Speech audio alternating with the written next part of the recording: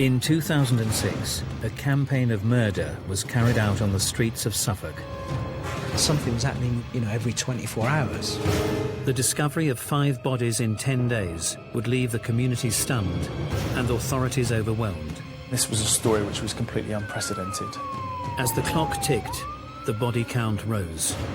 Made me wonder, how many more are they going to find? And with it the question, what had driven Steve Wright, this quiet middle-aged man, to commit his killing spree? Not in a million years you think he's ever capable of that. Why did this happen? I mean, that's the $65,000 question.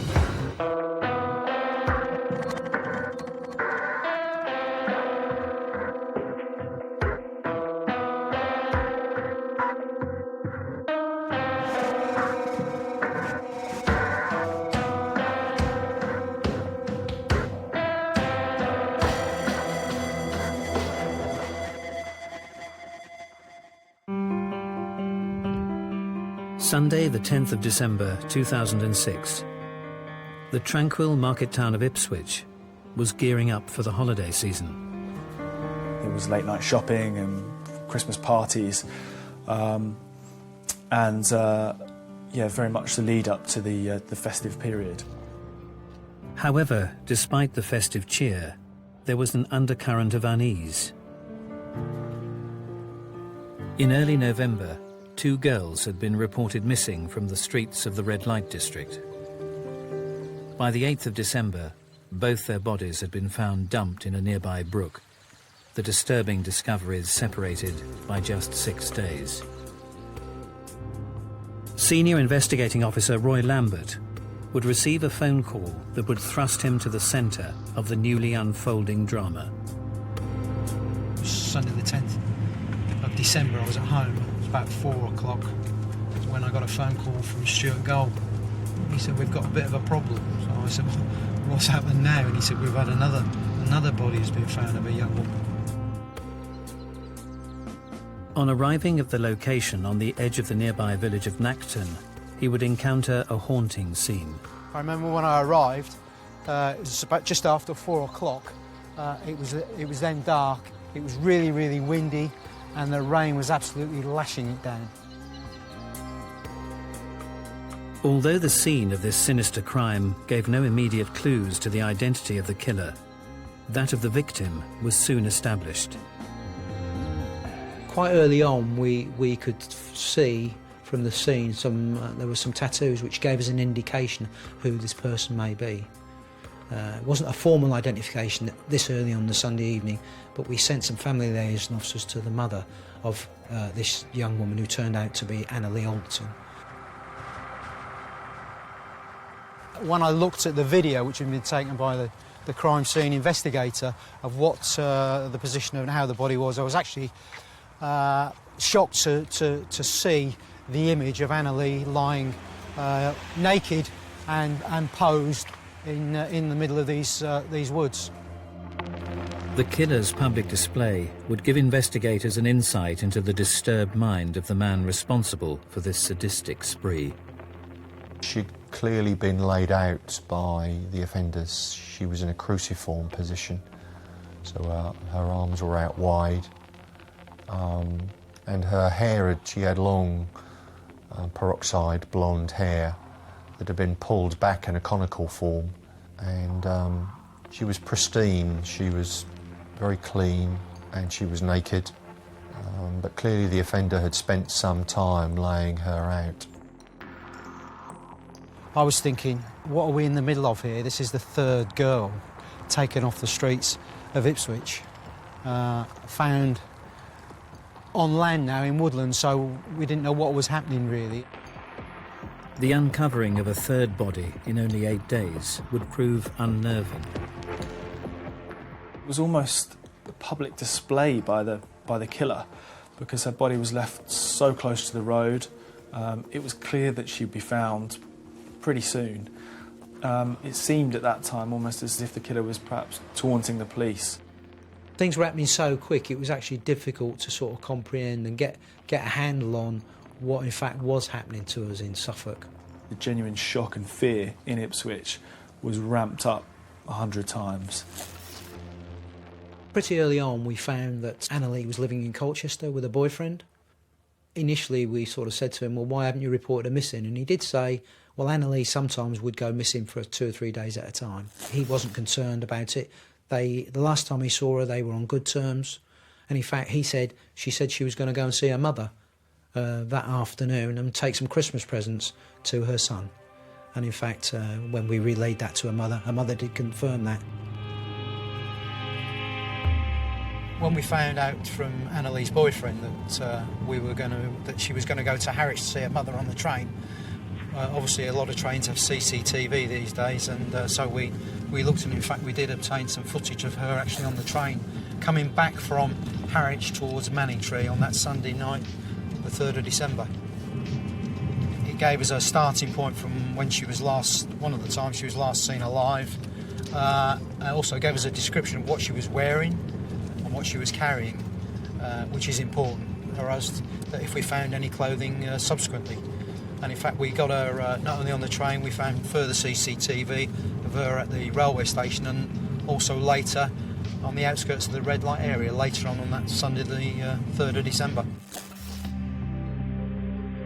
While the inquest into Annalee's death continued, the results of the autopsy would provide police with a new piece of the puzzle. The pathologist was able to give us a cause of death, and he described it as an interference with the airway, either asphyxiation or strangulation. News of the discovery of Annalee's body would travel fast. We were all scared of our wits, thinking, who's it going to be next, who's it going to be next? The media interest just went into the stratosphere. Suddenly, resources right around the country were coming to Ipswich to really try and nail down who was doing this. Yet the killer was closer than anyone could have dared imagine.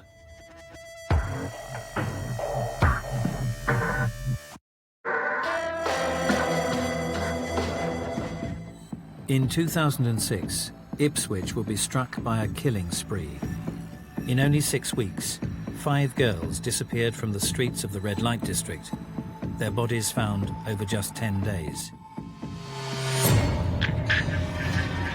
The 1st of October 2006, London Road, Ipswich.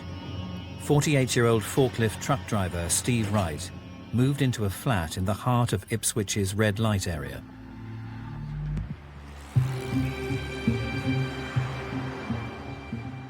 Wright's younger brother Keith recalls a quiet life in their early years.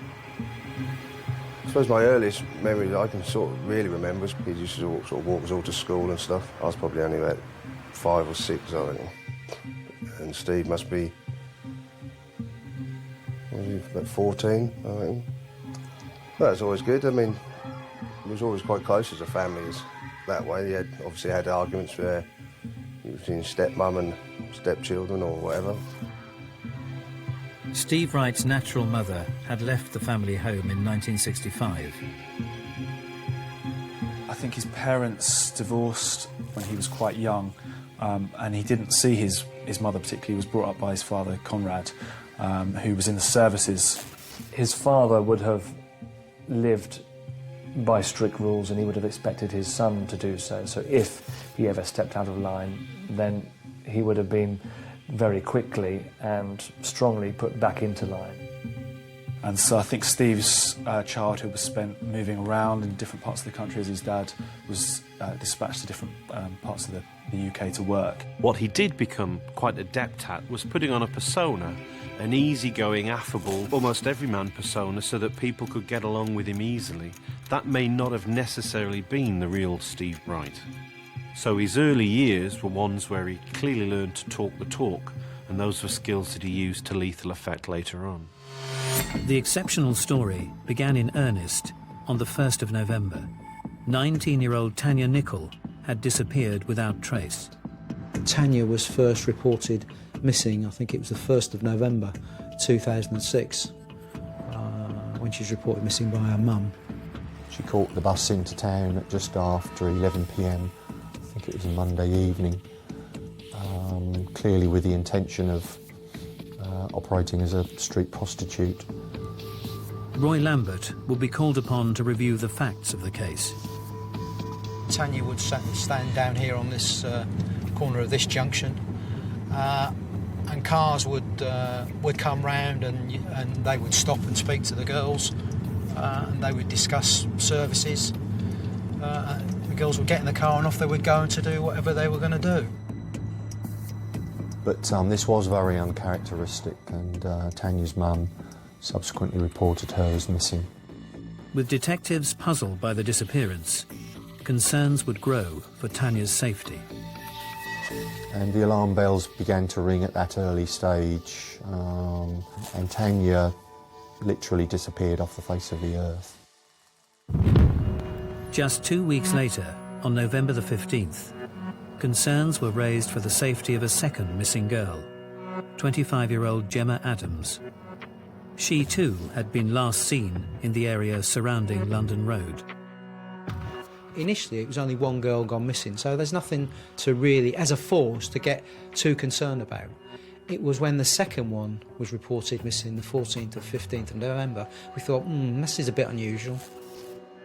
Gemma Adams was reported as missing to us during the early hours of that morning. Her boyfriend had taken her down into the red light area to do some work, and he was anticipating seeing her after a period of time. And I think what happened was that she didn't come back. You know, the sort of girls who would just go away and not come back for days, and it's like, oh, they've just gone on a bender, they're doing whatever. But you knew the girls who were sensible, had their partners or whatever, they wouldn't just, that's not their normal routine to do that. Friends of Gemma were becoming worried for her safety. I know Gemma was a really kind person. She was a really nice person to talk to.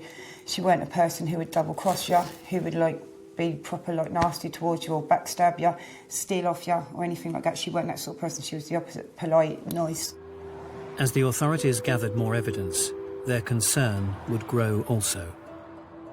Because of her lifestyle and the fact that she might have gone off with a client, initially there was not great concern for that first couple of days, but then when the phone went off completely off the network, I mean, that was the big indication that something serious might have happened to her.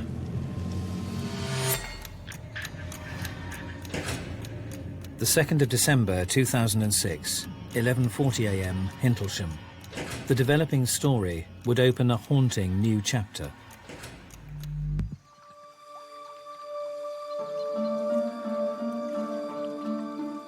The weather was exceptional for that time of the year. Everywhere was in flood. I got into the lakes, and because the floods had receded, the first thing I done was, well, not the first thing, I just checked the grounds, checked the lakes, then got my waders on, and then patrolled the brook, and I suddenly noticed, like a mannequin, a dressmaker's dummy. Upon closer inspection, Trevor would find himself horrified at the true nature of his discovery. It was not until I'd got into the brook and got up right beside her and just moved the hair a little bit, moved the debris away from her hair. Then that is when I suddenly knew, or realised that, no, it's a young body. And my first thought was, it's one of the missing girls. Well, at first, a shock, and sort of maybe jump back a little bit. And then I had to sort of take control of myself and got straight out of the brook, still shaking, and phoned the police up. You know the exact time where I phoned them. 11:44 when I phoned them, I just phoned them up and said who I was, where I was, and that I'd just found the body of a young girl face down in the brook. Police would descend on the scene and begin their efforts to determine the identity of the unfortunate victim. When the report first came in, because of the body had been in the water that long, we didn't initially know who this was. Not until we'd taken the body out of the water and got them back to the hospital and started to conduct our examinations did we identify who it was. The body was that of Gemma Adams, who had last been seen some 2 weeks earlier, on the 15th of November. Friends had long suspected the worst. Gemma, when she first went, that's when I first knew that there'd been a murder, because she'd have never just gone off. That weren't her style. She wouldn't have just left, and her boyfriend followed her about every night. So if you saw her boyfriend, you knew she was out, because he'd be a couple of steps behind her, and for her not to come back, that weren't, no way, that wouldn't happen. I'll never forget it. I shall never forget that day. I shall never forget the timings of that day. I shall never forget the night when they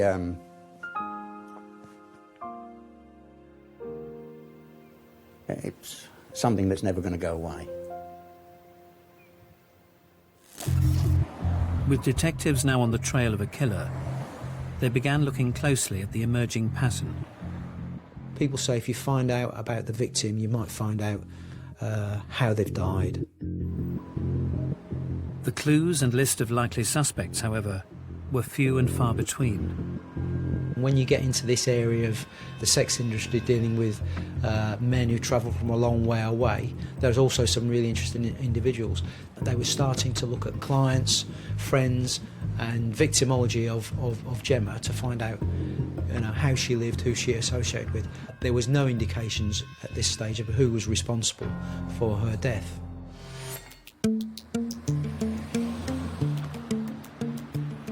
Since moving to London Road only a matter of months before, Steve Wright was already known as a regular client of the girls who worked the streets surrounding his home.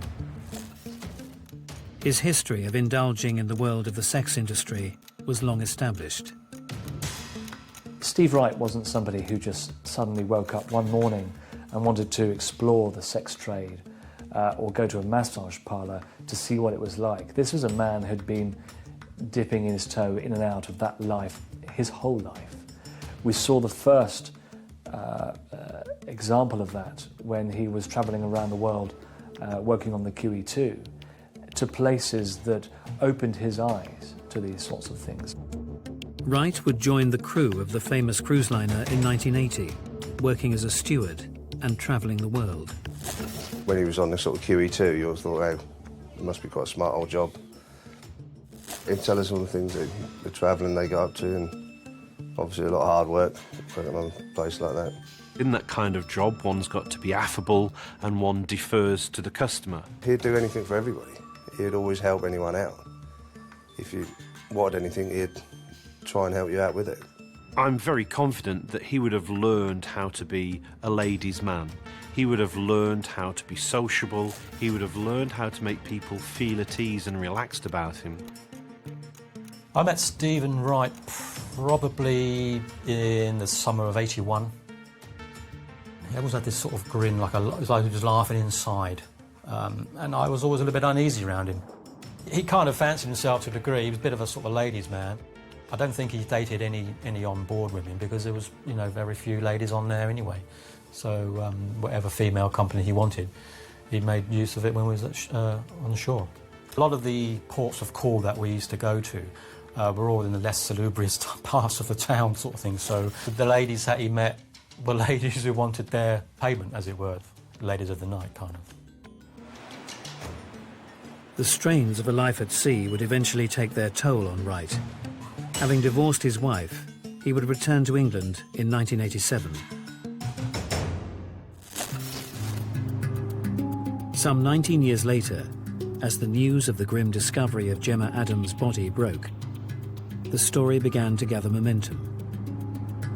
Initially, when the two girls were missing, the interest locally, certainly with the media, was mixed. They were two girls from the sex industry got missing, but of course, when one was found murdered, now the interest with the media particularly was heightened. Local crime reporter Josh Warwick would be assigned to cover the case. It was a Saturday morning and police got in touch to say that a body had been found. Any murder is headline news in the local press, and so for two girls to be missing, one of whom had been found by that stage, was really frightening and really shocking. However, few could have prepared themselves for the next turn in this twisted tale. We then started to search the Belstead Brook. We used a police dive team to do this, and on the 8th of December, the police dive team had worked their way from Hintlesham towards Copdock, which is downstream towards the River Orwell, and they unfortunately came across the body of another white naked female, and this later turned out to be Tanya. Tanya had been missing for nearly 6 weeks. The discovery of her body leading detectives to believe that they were now looking for one man on a killing spree. So we now quickly move from what was 2 missing vulnerable young women to a double murder inquiry. I heard about it as soon as she'd been found, because the police had their incident vans and the rest of it at our place at the fisheries. And when I got down the next morning, they'd all disappeared. And that's when I found out that they'd found Tanya a few miles downstream. Just 6 days on from the discovery of Gemma Adams, the revelation of a second body being found would make waves across the country. Got a phone call from the news desk. My news editor said, look, this doesn't look good. Don't pack for a night. I would pack for the best part of a week. We don't know where this is going. So I arrived up in Copdock to the scene of where this second body had been found, Tanya Nicol. It was pouring with rain. Through the sort of windshield of the car, you could see in the distance the police car lights, the blues and twos, were flashing. The road was blocked off, and suddenly what had once felt like perhaps a very short trip for an isolated, very tragic death of a young woman now took on a slightly more sinister angle.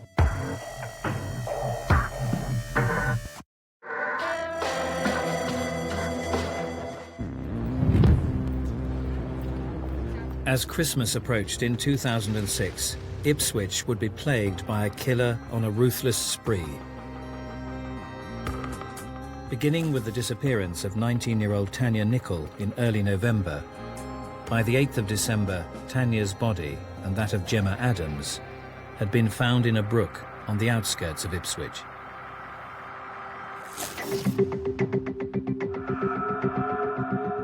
While the town came to terms with the grave situation, an ominous atmosphere began to envelop the area. A little bit of unease started to creep in, like not wanting to walk out on your own of a night time once it got dark, and making sure your children were okay and escorting them everywhere. There was a culture of fear in many respects. There were more police on the streets, handing out rape alarms to women. Friends of the street girls noticed the increased police presence was not welcomed. To be honest, a lot of the girls was pissed off about it because you couldn't get the money. So with the police being there, they couldn't go and get what they needed to get anyway. So yeah, you felt a bit safe, but at the same time, they're all shouting at them because they want them to go away, because they want, do you know what I mean? They want people to be driving around. So because otherwise you're going out there for nothing, really. Then on the 10th of December, just 2 days on from finding the body of Tanya Nicol, a third horrifying discovery was made.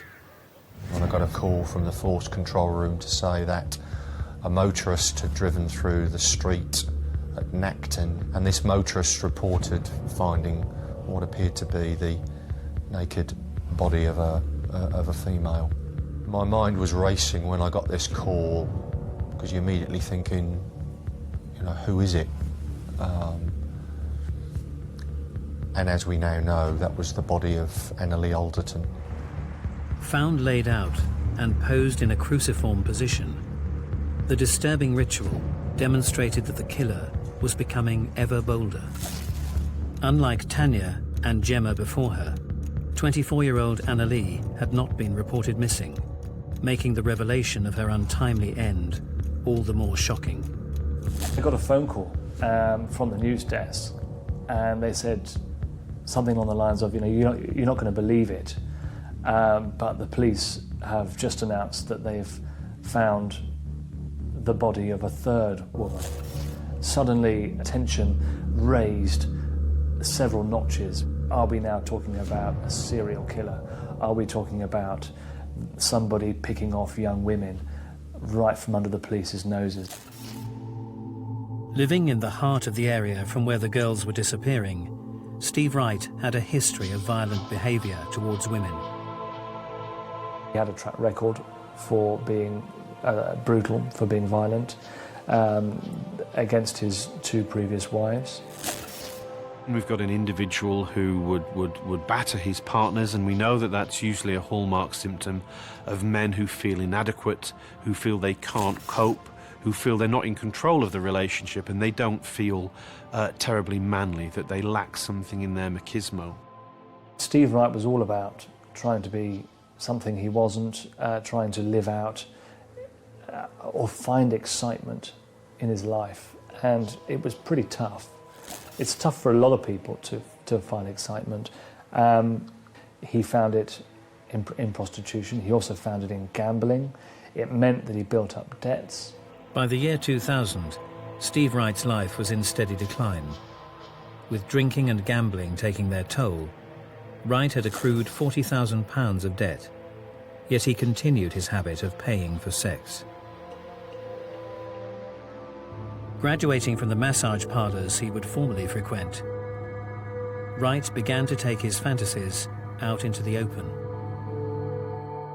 Money gets tight, you have responsibilities, bills to pay. Suddenly it makes more sense to be out on the streets where you can turn a trick for 20 quid rather than 50, 60, 70 pounds in a massage parlour. And so that's how we find eventually Steve Wright coming out onto the streets rather than doing what he did to get his kicks behind closed doors. Later that same year, Wright would hit the bottom of his spiralling depression. Like, he tried to top himself at one time, just for everything that got to him. And then he sort of came back, like they have done when they ever get in trouble, and normally come back home to see your dad and that, and he came back here. Dad sort of set him up.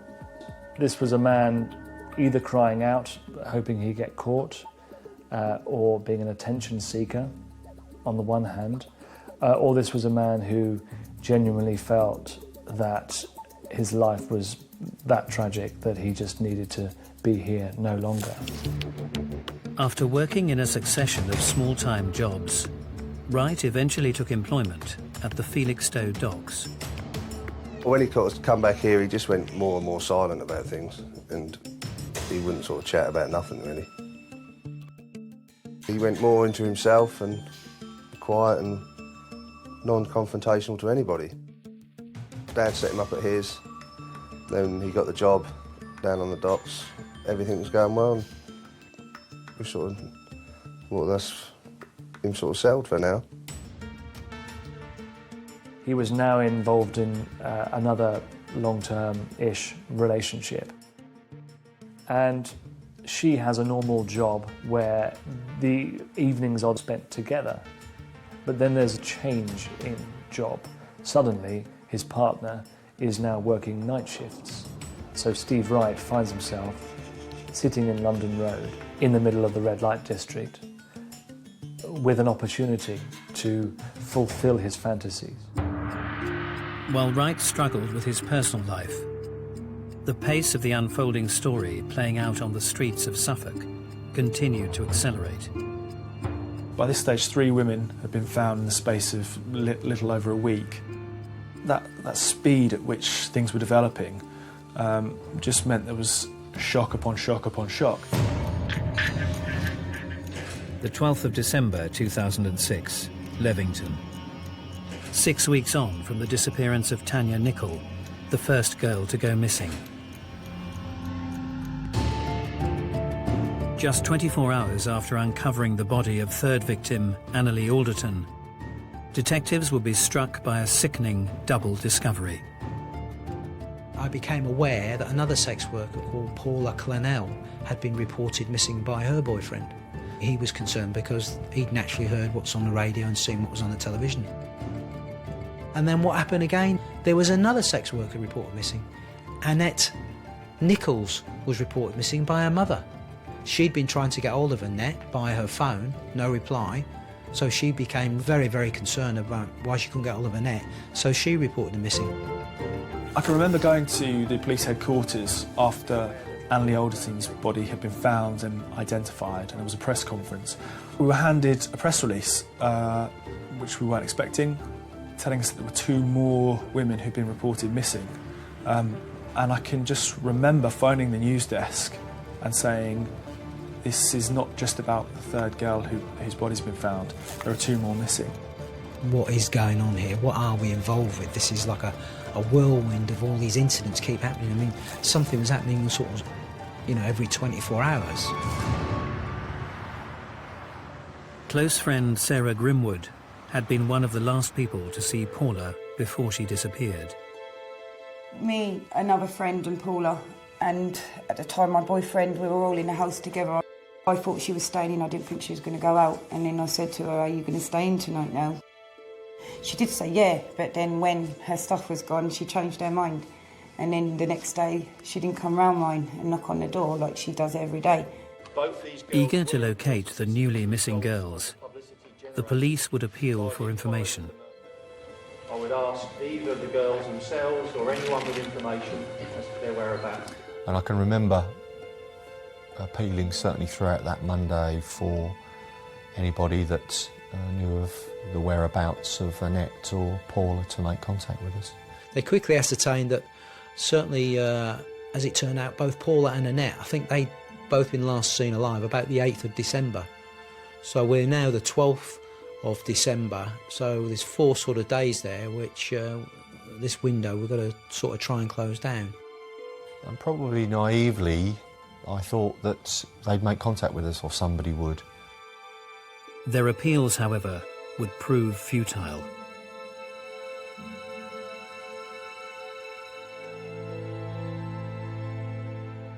The 12th of December, a member of the public is walking along the old A14 at Levington, which isn't far from Nacton, and he sees in the foliage about 7 or 8 yards in from the road what he believes is the body of a white naked female. We've got a force helicopter, and in major crimes like this it's good practice. They asked the helicopter to have a fly over the scene and have a look around, so the helicopter was put up. We're quickly able to see a video downlink on screen, and I can remember seeing the crumpled body of a naked female, and as it turned out, that was the body of Paula Clennon. The helicopter goes up and sees where the member of the public is and sees that first body, and then they then start to slowly work their way out from there, and what happened then is unbelievable. I will need you at some point to go, all right? And I can remember turning away from the screen and speaking to the inspector, and then turning back to the screen, and a second image caught my eye, and I could see that it was the image of a naked female, but it was in a different form to that of Paula. And this female was in a cruciform position, much like Anneli had been found. And it takes a few seconds for the brain to catch up with what the eye is seeing. And of course it quickly dawns on me that this is a second body. And as we now know, that was the body of Annette Nichols. I mean, I've never known anything like this in over 40 years of being in the police.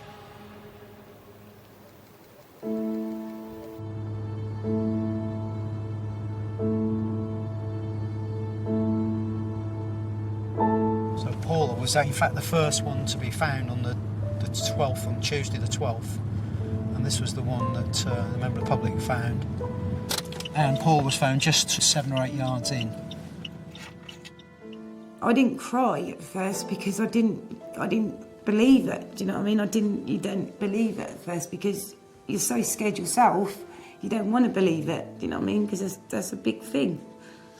That's a big part of my life, which that's really hard. Really, do you know what I mean? think about.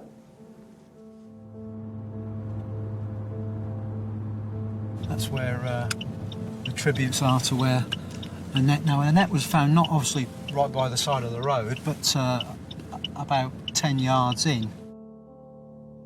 Detectives were faced with the reality of chasing down an increasingly reckless killer, one believed to be responsible for the murder of 5 young women. It was almost seemed audacious, you know. It was almost the killer mocking the police in a way and saying, I can get away with this right under your noses.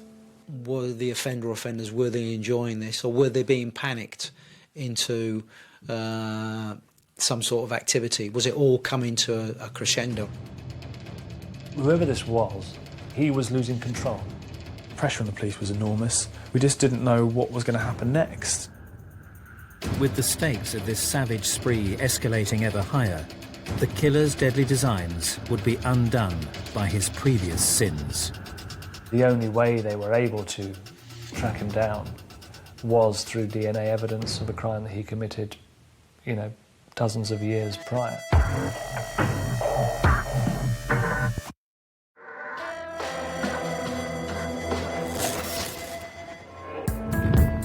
In December 2006, an elusive killer stalked the streets of Ipswich's red light district, preying on the girls who plied their trade. Disappearing over 4 weeks, the bodies of 5 vulnerable young women had been found in only 10 days. With detectives under increasing pressure to close their net around this violent predator, DNA evidence would prove the key that would crack the murderous code. We'd managed to obtain some DNA from the Annalee scene. And when the forensic scientists had processed this through and looked on the National DNA database, this same DNA profile came up as being Stephen Wright. He'd been dealt with for theft whilst employed as a barman at a hotel in Felixstowe in 2001, I think it was. So here we are 5 years later, and all the indications are that he's a serial murderer. That DNA sample was his big downfall. Had he never taken that money, had he never got into debt, then the police quite possibly would never, ever have found him. With Steve Wright now firmly in the police's sights, they would move to get their man. With regard to the arrest of Steve Wright, he was arrested in the early hours of the 19th of December. It was about 5 a.m. He was arrested at his home address. He was up. He was getting prepared to go to work. So he was arrested and taken into custody. It was interesting, his reaction. He didn't say much at all. Was quite shocked, and in fact he needed to be given some time to recover. The prime suspect would maintain a steadfast silence in the face of questioning. He certainly never said, you've got it all wrong, I'm innocent. He didn't hardly say anything at all. He was taken to a police station in Suffolk. He was interviewed with a solicitor by trained officers, but he made no comment all the way through. We've got the last girl to go missing with your DNA and the one before with your DNA. Both on their naked bodies. How can that be? No comment. Here was a guy who had been arrested on suspicion of 5 murders who was refusing to comment, which didn't fit with the kind of profile of an innocent man wrongly arrested. As news spread of the arrest, Steve Wright's family would be astounded by the accusations. Well, it was a total shock, to be quite honest. I mean, I was at work the night before. We were all talking about it, and to wake up sort of that morning to find out that your brother had been sort of arrested. I suppose unbelievable is the only word you can think. That from just having a run-of-the-mill, normal sort of family setup as such, to now knowing that one of your family was suspected of this serial killings, which people are going to remember for years. As the face of the so-called Suffolk Strangler made the front pages, people were surprised by the vision of a man who appeared to be the very image of ordinary. pictures began to emerge, and he didn't look like perhaps the killer that we'd imagined he would look like. A middle-aged man, slightly overweight, slightly balding, fairly regular-looking guy. One of the reasons why Wright was able to operate efficiently in the way he did is that he didn't look, act or seem to be a serial murderer. He had a job, he had a partner, he had a domestic life. That ordinariness is what allows him to literally get right up close and next to the girl and persuade them to get into the car. It's the banality of evil. The police would begin to gather evidence and build a case against the man they believed responsible for the slayings of 5 young women. And of course, you know, for the police, the arrest was almost the easy bit. It was the work that would come after that that was the real challenge for them, you know, to prove that they had got the right man beyond all reasonable doubt. There was no smoking gun, and I think the prosecution admitted that, but there was a real picture that was painted by the prosecution. There was DNA evidence, and there was fibre evidence taken from his car. He had a dark blue Ford Mondeo Zetec, which we took possession of and conducted forensic examination of that. This vehicle did in fact become relevant. It was seen on CCTV in different parts of the red light area during sort of November, December 2006. He was confident enough and believed he was clever enough that some risks, such as using his own car, were acceptable risks. But it was CCTV that got him. I mean, that is error 101 in your serial murderer's handbook, is CCTV. So when you put all this together, we had all this evidence which linked all the girls and Steve Wright, and it like closed the circle. The trial would be keenly awaited, yet Wright would offer little defence in answer to the prosecutor's probing questions. I remember really clearly in the trial when Wright took to the stand to give evidence. Under cross-examination there were dozens of questions. The evidence was put to him, you know, is this just a coincidence? All his answer was, it appears so, yes. He said it 20 or 30 times, and it just continued to kind of paint this image of somebody who was guilty. After more than 5 weeks at trial, the jury would deliver a unanimous verdict, finding Steve Wright guilty of the murders of Tanya Nicol, Gemma Adams, Annalie Alderton, Paula Clennell, and Annette Nichols. He would receive a sentence of life imprisonment, with a recommendation that he spend the rest of his days behind bars. When the 5 guilty verdicts came back, there was clearly a huge relief on the part of the police, definitely the members of the public, but I think probably most of all, family members were just so relieved that justice had been done. Although the man responsible had been sentenced, questions about the motivations of this most complex of characters remained. The 5 murders that Wright was convicted of were all committed in his late 40s, which is, statistically speaking, a very late age for a serial killer. There is a possibility that he could have a very long offending history going back many years. I think, my God, you know, I drank with this guy, went on a shore leave with him, and now he's a serial killer. You know, just killed 5 women within 4 weeks. You know, you don't just do that, you know, I mean, then your mind goes back and races back. Do you think, was it possible that he started when he was on the ships? And then you think, well, my feelings I had towards him with the uneasiness, was he doing it there and then? It could be that living out these sexual fantasies he'd held for a long time could be the one last roll of the dice he might have of achieving something, of doing something interesting that most men couldn't possibly imagine doing. Despite his conviction, the mystery of why Steve Wright chose to take the lives of 5 innocent women in just 6 weeks remains a riddle only he can answer. Because he's never made any comment, we don't actually still know to this day how this all happened. How did he get control of these girls? How did he manage to isolate them and murder them and get away with it?